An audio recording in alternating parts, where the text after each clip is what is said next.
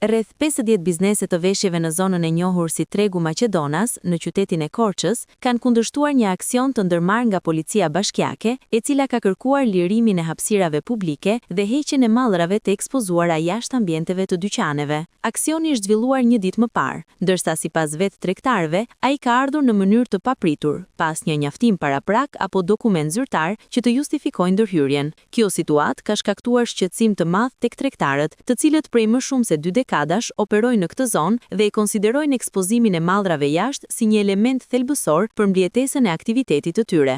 Kemi në biznes 20 e ca vite të paguara komplet bashki, taksa, qira, çfarë duhet. Tani na futin, neve dy ditë kemi punë për Pashkët, na futin në këto momente. Doli një ligje që ti futim mallin brenda. Po përse? Dim neve, as deklerat, shkrim as gjë. Çfarë fat që sot tanë gjobë. Për gjoba neve s'kemi nevojë. Neve s'po i bëjmë gjobat që na i kanë vënë. Shumë sidomos në moshën time që e kemi mbajtur pazarin ka 25 vite. Shumë e vështirë është në këtë moshë ku do vete unë. 25 vite, 21 me licencë. Se mos jam më shumë. Kush e dha urdhrin, kujt i bëj? Kush e dha urdhrin, le të vi, le të përballet me neve, le të vija ku është pazari. Çfarë të bëjmë neve në këtë moshë? Unë jam 60 vjeç. Ku të vete unë?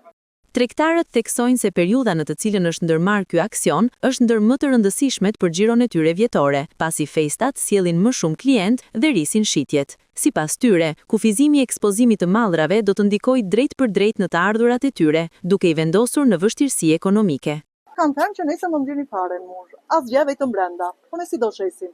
Ne do paguajmë taksat, sigurimet u ngritën. Tëra po ngrihen, neve si do të i nxjerrim këto lekë? Jo, vetëm çepenin asgjë tjetër sot mund vini jashtë. Një tjetër shqetësim i ngritur nga bizneset lidhet me mungesën e transparencës dhe komunikimit institucional. Ata pretendojnë se nuk janë informuar për ndonjë vendim të ri apo ndryshim ligjor që ndalon ekspozimin e mallrave jashtë, ndërsa theksojnë se deri më tani kanë operuar në të njëjtat kushte pa probleme. Tregtarët shtojnë se aktiviteti i tyre zhvillohet kryesisht në rrugë dytësore, ku sipas tyre nuk pengohet qarkullimi i qytetarëve apo mjeteve. Ata shprehen të gatshëm të respektojnë çdo rregull apo detyrim ligjor, përfshirë edhe pagesa shtesë për reklamim apo përdorim hapësire, por kërkojnë që çdo vendim të vijë në mënyrë të rregullt dhe të komunikuar.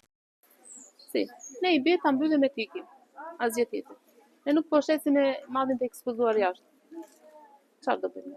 Ti mbyllim etikin për fare. Për 25 vite.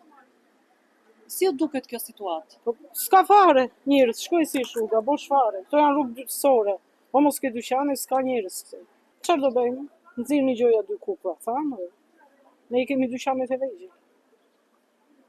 Do vazhdoni të shisni në këtë mënyrë apo Po do keni ndonjë çfarë të bëjmë? Taksat i duan në datën 20.